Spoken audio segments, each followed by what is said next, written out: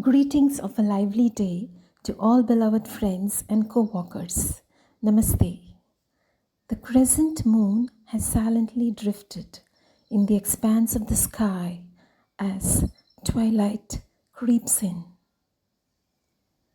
Teaching for now. Nature is that which is original and uncorrupted. Friends, in this context, Beloved Maitreya has explained that man cannot create nature because nature is not the product of thought. Man can create innumerable material things like cars, spacecraft, and various complex machines using thought energy, but can never ever create a flower, a tree, or a bee.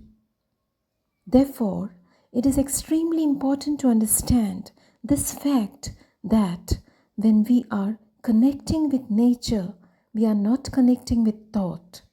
Otherwise, just observe deeply and you will find that your whole life is nothing but a complex process of connection with thought at all levels.